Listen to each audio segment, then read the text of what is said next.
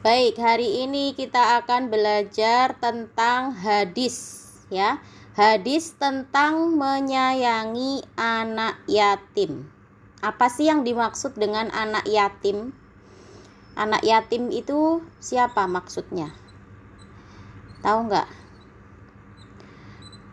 Nabi Muhammad itu adalah anak yatim. Nah, ini ada gambar Upin Ipin. Kira-kira anak yatim itu anak yang bagaimana?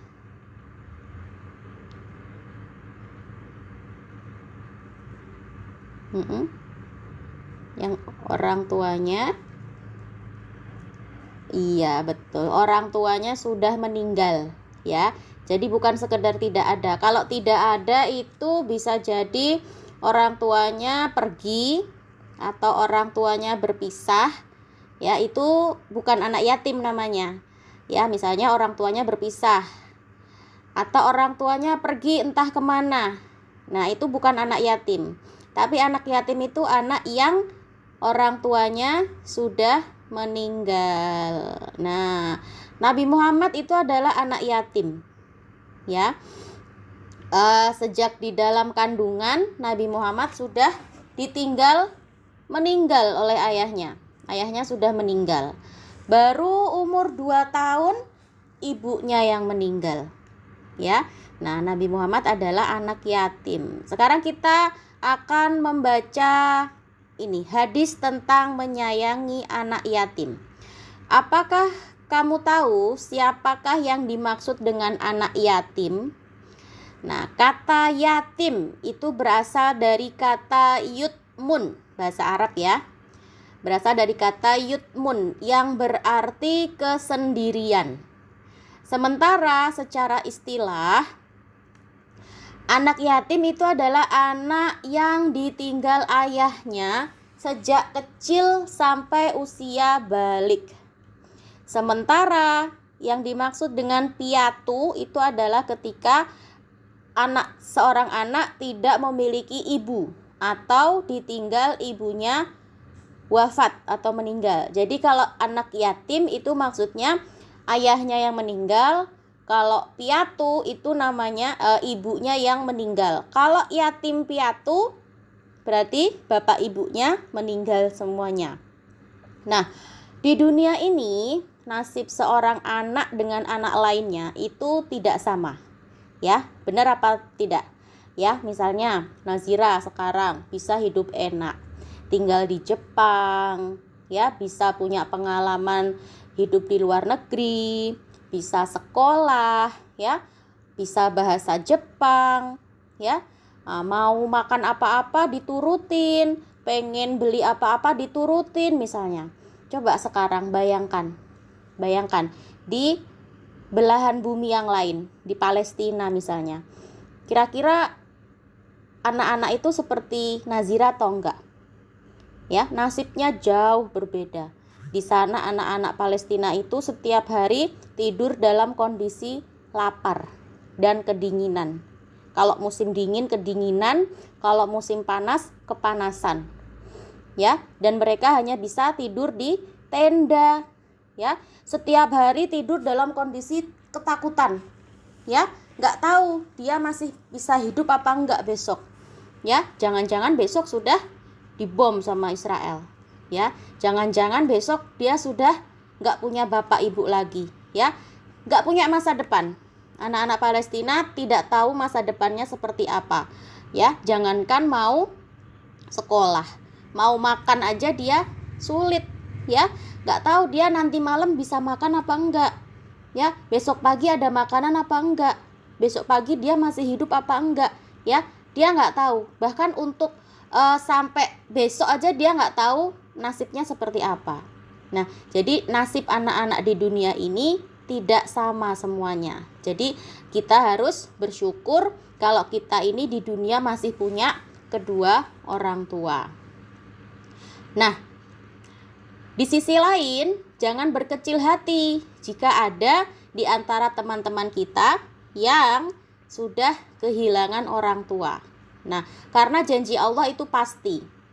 Allah itu tidak akan membebani hambanya dengan cobaan yang di luar kemampuannya. Ya, menjadi anak yatim atau anak piatu itu adalah cobaan, ujian dari Allah. Ya, dan tantangan hidup untuk berjuang dan bersemangat menghadapi tantangan hidup itu dengan keyakinan aku bisa. Ya, anak-anak yatim harus harus lebih semangat lagi. Ya. Karena di dunia ini tidak sendiri.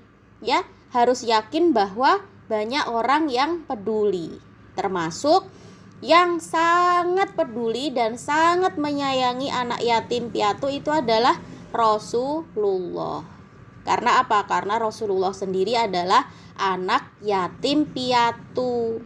Ya. Nah, berdasarkan riwayat hidup beliau di kisah-kisah yang sudah pernah kita pelajari ya, Rasulullah itu juga seorang anak yatim.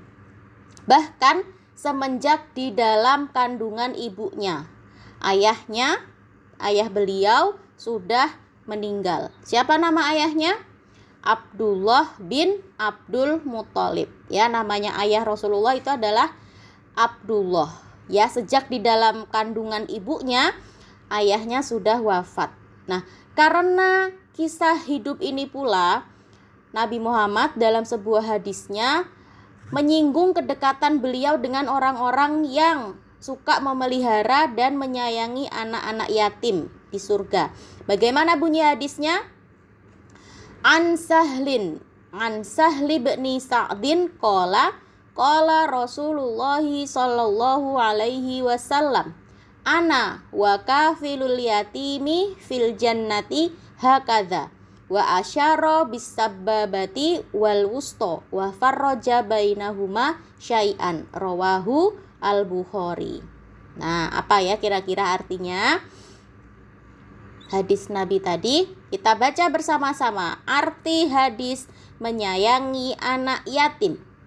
An Sahli bin Sa'din, dari Sahal bin Sa'ad radhiyallahu anhu qala, berkata, ya, qala Rasulullah sallallahu alaihi wasallam, telah bersabda Rasulullah sallallahu alaihi wasallam, ana wa kafilul yatimi, saya dan orang yang memelihara anak yatim, fil jannati, di dalam surga, hakadha, seperti ini.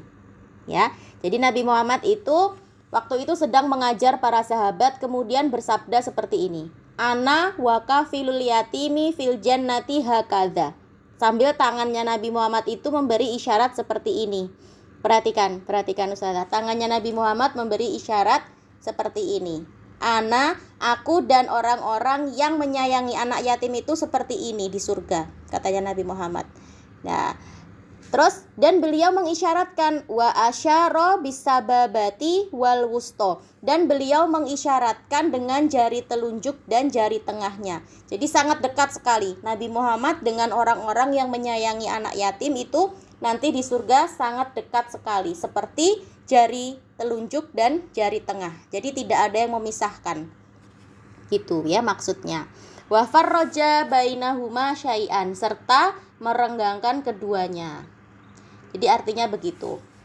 Nah, sekarang kita baca lafadz hadisnya dan terjemahannya. Ani bin Sa'din qala Rasulullah sallallahu alaihi wasallam, ana wa kafilul yatimi fil jannati hakadha wa asyara bisababati